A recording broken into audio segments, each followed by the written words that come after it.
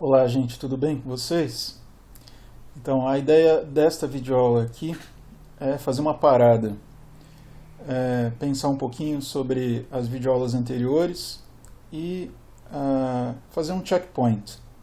O que eu sugiro a vocês é que vocês voltem, deem uma olhada nas videoaulas anteriores, sobretudo da segunda videoaula até a sétima, e deem uma olhada nos conteúdos que estão lá. Façam uma autoavaliação, verifiquem se vocês estão compreendendo bem todos aqueles assuntos, façam os exercícios novamente, se for o caso, e a partir daí, se vocês estiverem se sentindo seguros, então continuem, passem para a videoaula 9, 10 e assim por diante. A ideia de fazer um checkpoint é uma ideia que valeria mesmo se nós tivéssemos aulas presenciais. Fazer essa checagem agora é ainda mais relevante, porque nós não estamos tendo esse tipo de aula. Então, muito do que pode ser feito agora depende de você mesmo, depende do seu próprio trabalho. Então, faça lá uma autoavaliação, veja o quanto você está compreendendo desses assuntos. Mais adiante, eu pretendo incluir no Moodle alguns recursos de checagem para que você faça essa avaliação de uma maneira mais, digamos, controlada, de uma maneira mais padronizada. Mas por hora, deem uma olhada nos assuntos, façam uma revisão, sobretudo dos verbos, procure repetir as formas verbais como a gente fazia em sala de aula, uma por uma, ouvindo a sua própria voz. E a partir daí, sentindo-se seguro, você continua, você faz a sequência das videoaulas. E se você tiver alguma dúvida, alguma questão, algum assunto que ainda não foi muito bem compreendido, volte, releia no seu Latinitas a teoria a respeito desse assunto, refaça os exercícios, manda suas dúvidas para mim, manda suas perguntas e a gente vai conversando.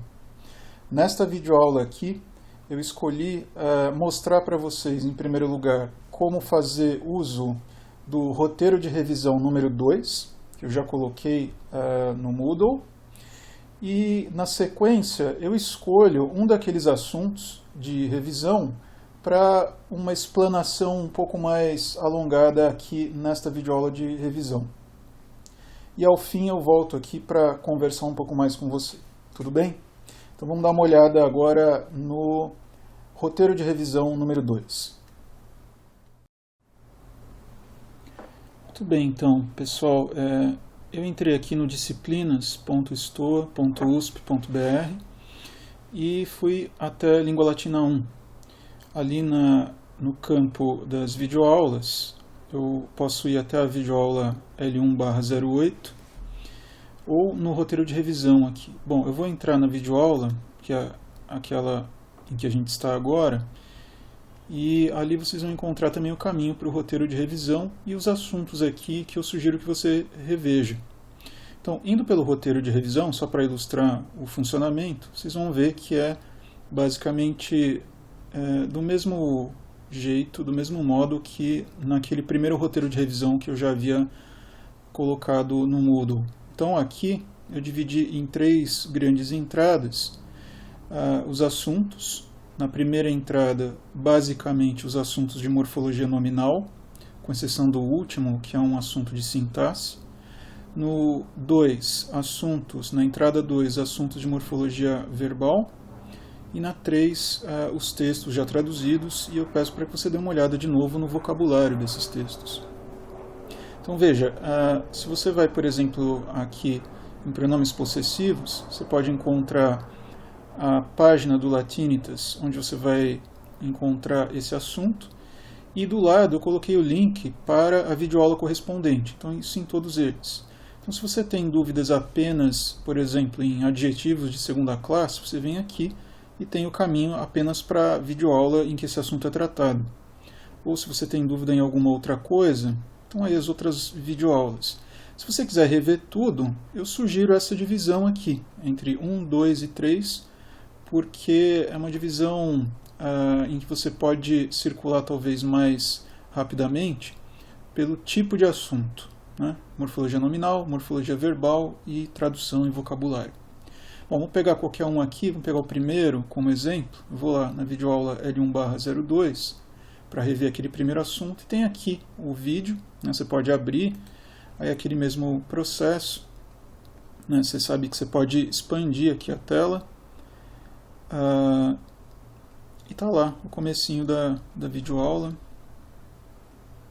Olá pessoal, tudo bem com vocês?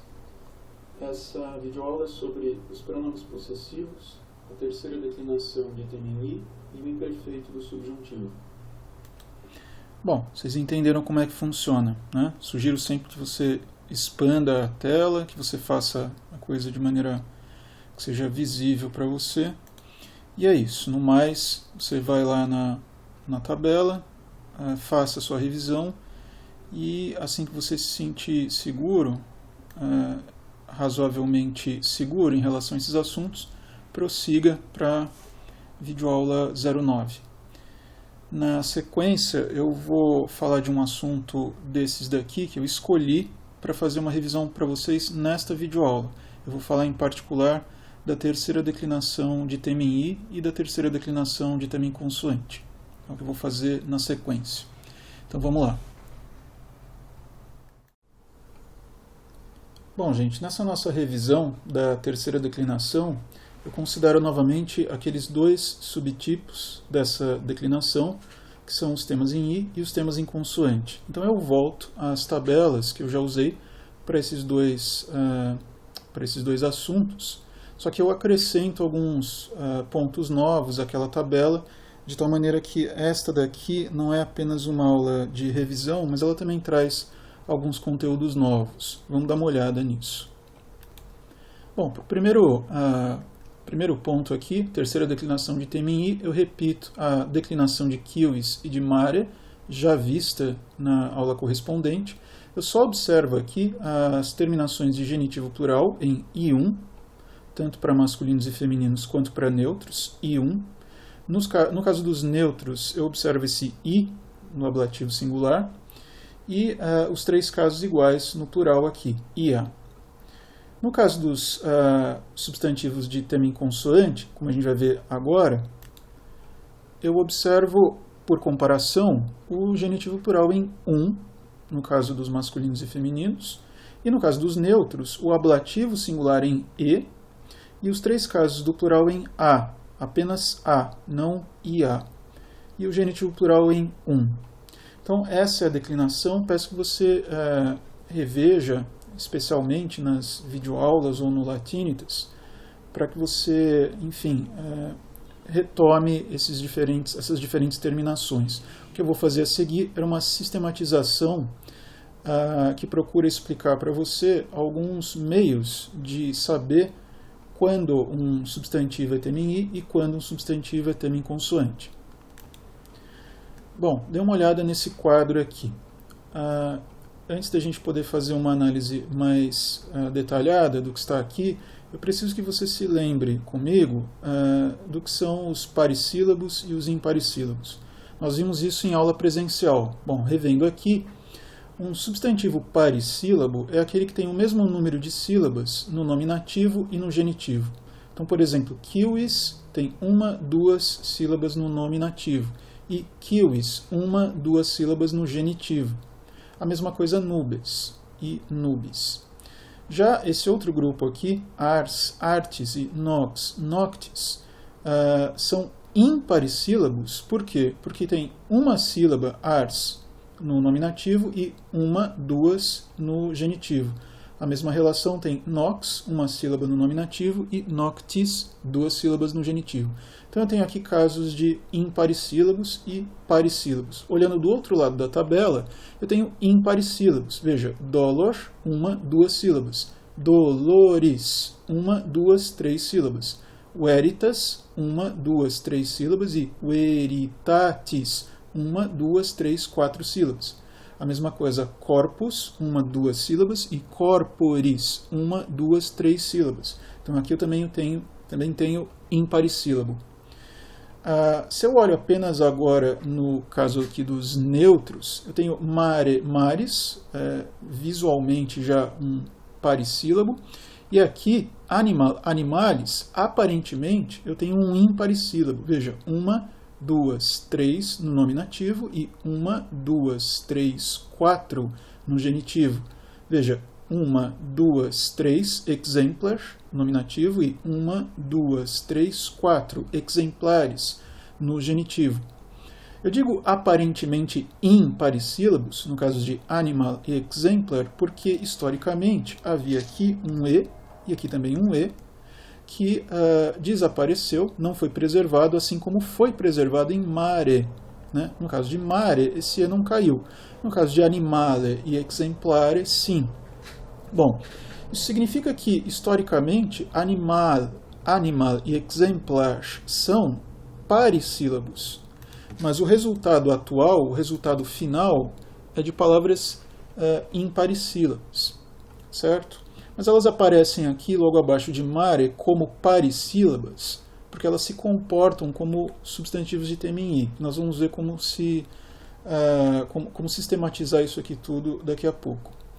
Então, olha só, feitas essas explicações sobre o que são parissílabos e imparissílabos, resta observar o seguinte: dê uma olhada nesses imparissílabos aqui, ars, artis, nox, noctis. Eu deixei em destaque aqui para você essas duas consoantes que aparecem antes da terminação de genitivo. E aqui embaixo também, noctis, essas duas consoantes, CT, que aparecem antes da terminação de genitivo. Tanto num caso quanto no outro, eu posso dizer que o radical termina em mais do que uma consoante. Nesse caso aqui, duas consoantes. Então eu tenho as circunstâncias aqui da regra, que eu assim chamei entre aspas, porque se trata, na verdade, de uma regra prática, não propriamente de uma regra filológica que explique para você por que são temas em i ou por que são temas em consoante. Qual é essa regra prática? Ela diz assim que os substantivos parissílabos, como quivis, como nubes, e os imparissílabos, cujo radical termina em duas consoantes, na verdade em duas consoantes ou mais, como ars, como nox, estes todos são tema em i, e estes todos se comportam como quivis na hora de você declinar. Então eles vão fazer o genitivo plural em i1, né, como você viu que é possível, e vão fazer o acusativo alternativo em is. No caso dos neutros, os neutros, diz a regra geral, diz essa regra prática, os neutros terminados em ar, como por exemplo exemplar, ou terminados em e, como e de mare, ou terminados em al, como al de animal, estes neutros também são tema em i e se comportam como mare na hora de você declinar.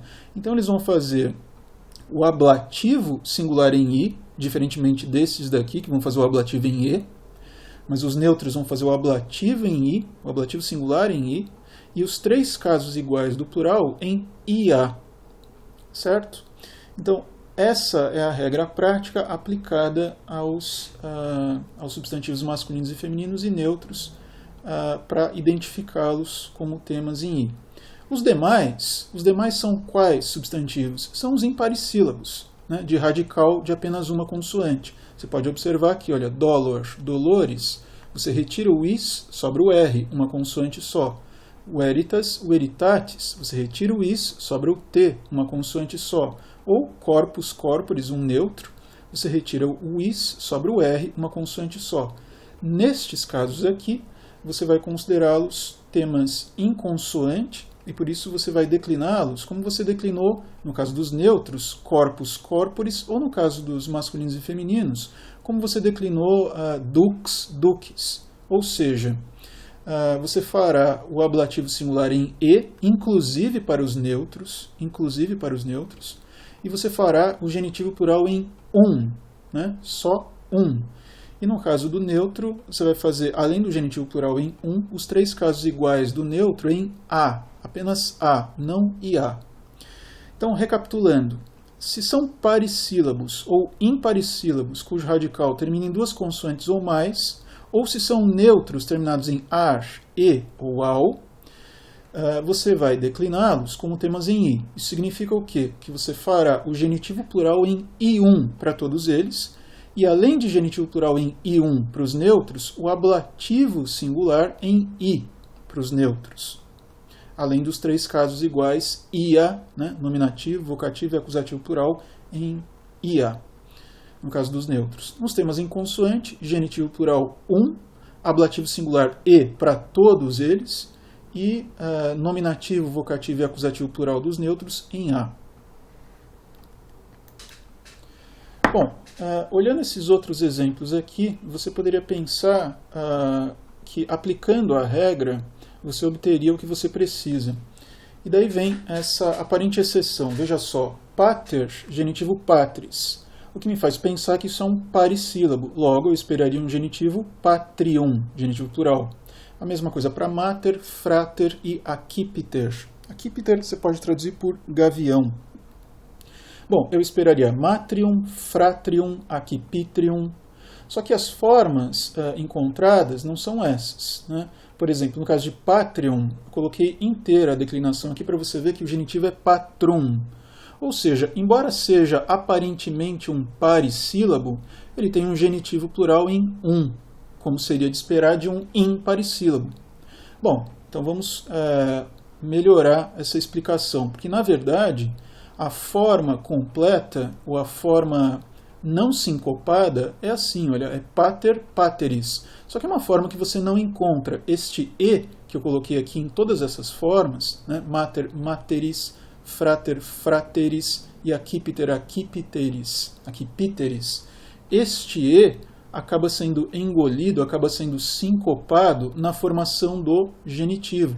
Então, em vez de pateris, né, esse E, como penúltima sílaba, acaba sendo engolido, sincopado, e o resultado é patris. Bom, isso significa que, a rigor, a palavra é um imparissílabo. Então, ela se comporta como um imparissílabo, cujo radical termina numa consoante só, que é esse R aqui, que aparece em todos. Se ela é um imparissílabo, cujo radical termina numa consoante só, ela entra na coluna daquela nossa tabela dos temas em consoante. Logo, o genitivo plural dela vai ser em um, como seria de esperar desta lógica, mas não seria de esperar desta aparência aqui. Então, em caso de palavras terminadas em ter, né, cujo E breve do genitivo aparece sincopado, e aqui estão os exemplos em que isso acontece, você vai considerar o genitivo plural em um. Bom, existem ainda algumas outras particularidades de palavras da terceira declinação, como essas que eu descrevo aqui nessa lousa.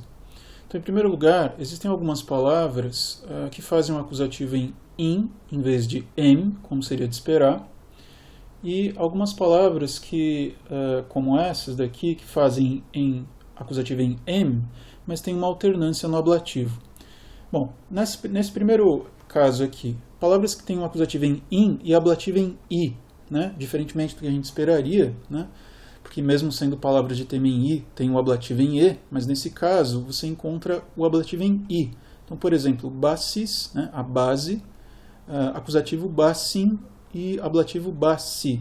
Né? A mesma coisa para febris, poesis, citis, turris, tussis. Algumas dessas palavras fazem parte de um âmbito ou de âmbitos mais técnicos, como por exemplo a medicina, né? Febris, citis, tussis, né? Ou de engenharia ou arquitetura, como turris, né? A torre, ou de âmbitos mais técnicos, por exemplo a poética, que é o poesis. Enfim, são palavras que podem ser encontradas e que o dicionário vai descrever para você como funcionam, né? Se você encontrar uma forma diferente daquela que você esperava, dê uma olhada no dicionário, ele vai dizer para você se essa palavra tem um acusativo em in ou se ela tem um ablativo em i, como é o caso aqui. Que são formas, só fazendo um parêntese, são formas daquelas mais, digamos, primitivas ou, historicamente falando, são essas as formas construídas por analogia às outras declinações, como por exemplo a primeira e a segunda, em que se acrescenta um M ao tema da palavra. Aqui é precisamente isso que está acontecendo, basim, um M acrescentado ao tema em I. Existem, por outro lado, aquelas cujo acusativo é em M, como essas daqui, e o ablativo pode ter as duas formas, né? Um I ou um E. Olha só quem aparece aqui, kiwis, kiwis. Quando eu declinei essa palavra para você, na lousa correspondente, eu coloquei o ablativo em E. Mas saiba que, por vezes, você pode encontrar um ablativo em I, né? Você tem exemplos disso, de outros exemplos dessa mesma alternância no Latinitas. Então, uma palavra como amnis, né? O rio, significa o rio. Então, amnem, acusativo, e amni ou amne, ablativo igualmente.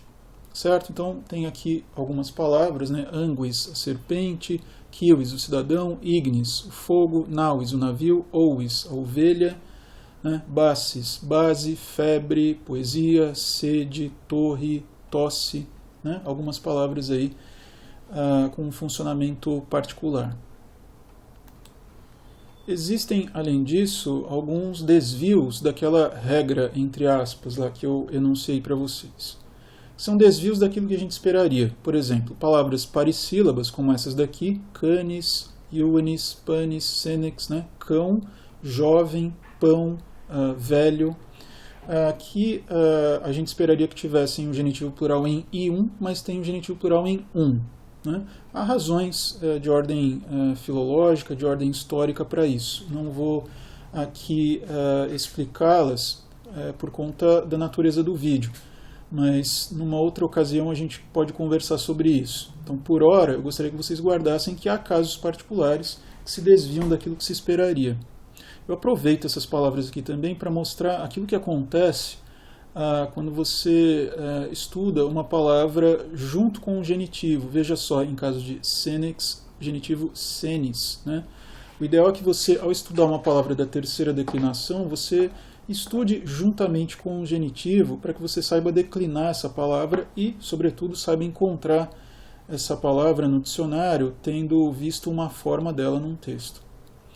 Bom, seguindo aqui, existem aqueles que são os imparissílabos, que terminam o seu radical numa consoante só e que por causa disso nos fariam esperar um genitivo plural em Só que eu risquei aqui para que você perceba que o genitivo plural encontrado é in I1, ou seja, como se elas fossem tema em I. Então, dotium, litium, murium, certo? Então, dot, litis é o litígio, muris é o rato.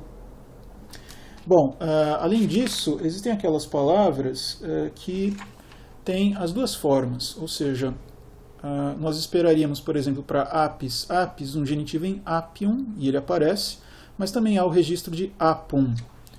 A mesma coisa para clientes, clientes, né, o genitivo esperado e aquele não esperado, mas que aparece também, tem registros, né, então clientum, e laus, laudes, não, o louvor, apis é a abelha, clientes é o cliente, laus é o louvor. Laus, laudum, o esperado, por ser um imparissílabo de radical terminado numa consoante só, e laudium, genitivo plural. Veja só que, no caso destas palavras aqui, a gente tem um exemplo daquilo que algumas gramáticas dizem a respeito da hesitação experimentada pelos próprios falantes, pelos próprios romanos, entre uma terminação de genitivo e outra, certo? Às vezes a mesma palavra aparecendo com dois genitivos funciona como uma atestação, né, dessa hesitação. Bom, gente, só mais uma coisa aqui antes da gente ir para uma última parte de exercícios. Existem alguns casos importantes que convém estudar. Então, um deles é quando nós temos imparissílabos cujo nominativo termina em S. Então veja só o que acontece aqui. Plebs, plebis, princeps, príncipes, eu coloquei de novo nominativo seguido de genitivo. E em todos esses casos, plebs, princeps, rex, iudex, dens e miles, nós temos nominativos em que entra a formação com S. Só que quando esse S, né, eu vou retirar aqui, olha, eu coloquei em destaque a terminação de genitivo para que você obtenha o tema, né, ou o radical. Não vou fazer a distinção aqui entre tema e radical. Então, pleb, princip, aqui, no caso de palavras como princeps, iudex e miles, o I do radical passa a E no nominativo, iudic, iudec, milit, mile. Em todos esses casos, eu coloquei aqui como você tem o tema, né? Terminado em B, ou seja, labial, consoante labial, G ou C, consoante, portanto, velar, ou gutural, como você quiser chamar, e em T, como em dent, milit, consoante dental. A coisa é bastante simples, na verdade. Quando o S, que é um formador de nominativos, né? Quando ele entra e se soma a uma consoante labial, a consoante labial é preservada, plebs, princeps. Quando ela se acrescenta a uma consoante velar, essa consoante velar se transforma numa consoante dupla, rex e rex, x. Iudix, esse I, como eu já disse, passa a E no nominativo, iudex. E por fim, dent, esse T da dental se assimila ao S e depois cai. Então as dentais caem, dents, e milits, miles. Você pode se perguntar para que fazer esse tipo de observação, para que estudar isso daqui. Veja, muitas vezes a gente precisa saber como do nominativo se chegou ao genitivo e, inversamente, como que do tema do genitivo se chegou àquele nominativo, ou seja, o caminho inverso.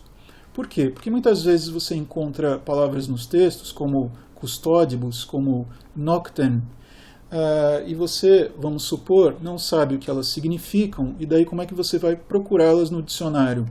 Você pode fazer da seguinte maneira. Primeira coisa, você retira aquilo que é terminação de caso, como aqui, ibus, né? Que é dativo e ablativo plural. Ou aqui embaixo, noctem, acusativo singular. Uma vez que você retirou isso, você obtém custod e noct, que são os temas aí que vão ser utilizados para declinar a palavra. Como você vai procurar a palavra no dicionário, e como o dicionário traz a palavra no nominativo, seguida do genitivo, mas você vai procurá-la pelo nominativo, suponha que essa seja uma daquelas tantas palavras formadas com um S, né? Se for assim, você acrescenta um S, né? Nessa sua hipótese, você acrescenta um S, e nesse caso aqui, um S em cima de um D, que é uma dental, se comporta como esse último grupo aqui, ou seja, a dental se assimila e cai. Então fica custodes, custos. E é custos que você vai procurar no dicionário, você vai achar custos, genitivo custodis, que significa o guarda, o sentinela, o guardião. No caso de noctem, você retira o N, sobra noct, o S se acrescenta uma dental, essa dental se assimila e cai, resultado parcial nox, e daí esse C, como é uma velar, se comporta como as consoantes desse segundo grupo aqui. Então nox é a palavra que você vai procurar no dicionário, né? E não noctem. Você não vai achar noctem nem custódio, você vai achar o nominativo das palavras. Fazendo esse percurso com algumas palavras já vai ser o suficiente para você entender como procurar outras tantas palavras no dicionário que não aparecem tais quais você as encontra nos textos, né? Você vai ter que fazer esse caminho algumas vezes para encontrá-las.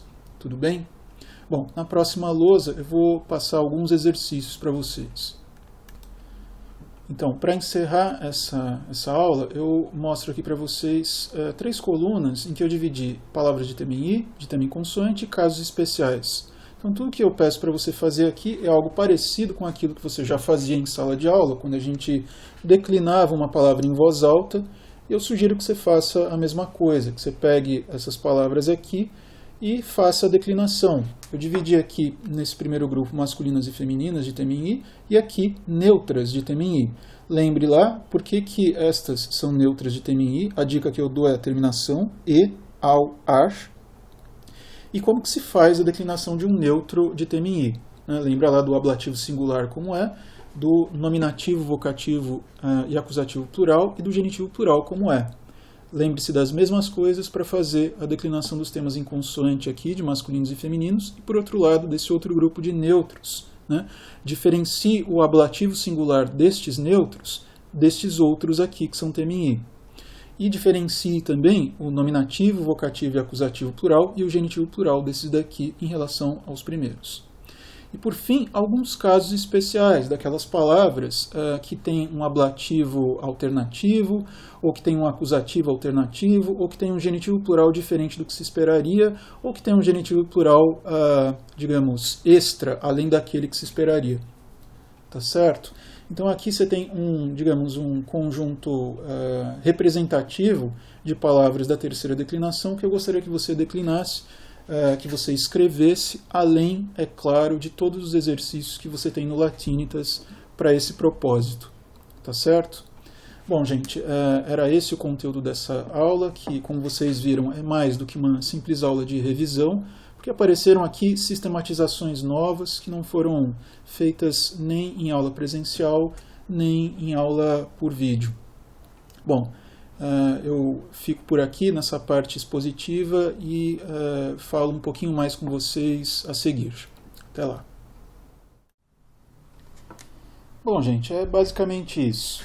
Então, eu termino aqui recomendando novamente que vocês façam essas revisões e que vocês façam essa autoavaliação, essa checagem, né, periódica, para que vocês possam continuar as videoaulas com um pouco mais de segurança, um pouco mais de certeza daquilo que estão lendo, daquilo que estão estudando. Então, aquilo que eu havia dito no começo, eu digo aqui novamente, estas revisões, essas checagens, estavam programadas mesmo para a circunstância das aulas presenciais. O fato de estarmos tendo essas aulas por vídeo torna esse tipo de checagem, esse tipo de autoavaliação ainda mais necessário, ainda mais importante. Então é isso, eu me despeço aqui, esperando que vocês continuem estudando, continuem fazendo os exercícios o mais que vocês puderem. E novamente, se tiverem alguma dúvida, se tiverem alguma questão, me escrevam que a gente vai conversando. Tudo bem? Bom, pessoal, então é isso aí, a gente se fala na próxima videoaula. Até mais. Tchau, tchau.